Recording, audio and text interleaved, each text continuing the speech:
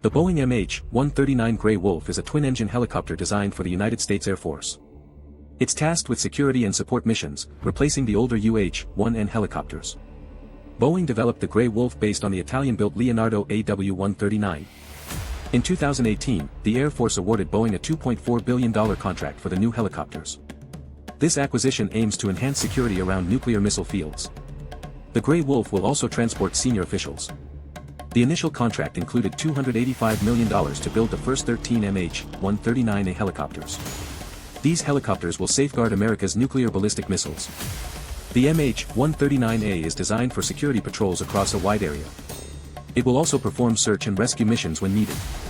Transporting personnel and cargo is another key function of the Grey Wolf. Originally, the Air Force planned to purchase 84 of these helicopters. The Grey Wolf provides airlift in the National Capital Region's Air Defense Identification Zone. Aircrew survival training will also utilize the new helicopter. The exact size of the MH-139 fleet has been subject to change.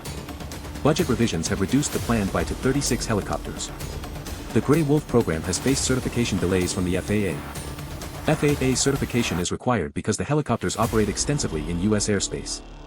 The MH-139A integrates both military and commercial systems. Its training system builds upon existing AW139 flight simulators. The design allows maintenance to be performed at the operational level. Two Pratt & Whitney Canada PT6 turboshaft engines power the helicopter. These engines feature full authority digital engine control, FADEC. The engines are designed to reduce their infrared signature for enhanced stealth.